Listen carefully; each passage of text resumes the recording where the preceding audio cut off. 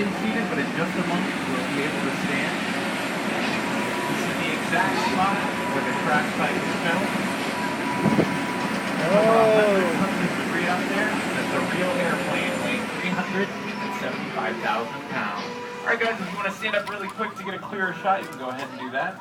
The airplane was split into 4 different pieces. The first 3 were brought over on trucks on the highway, and the last piece, the tailpiece, was so large it had to be brought over by helicopter from the Mojave Desert.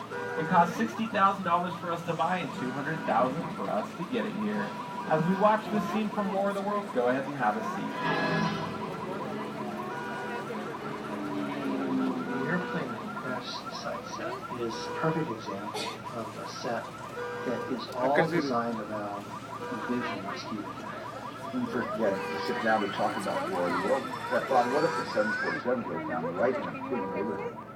Because it's just something you don't see. You're doing good.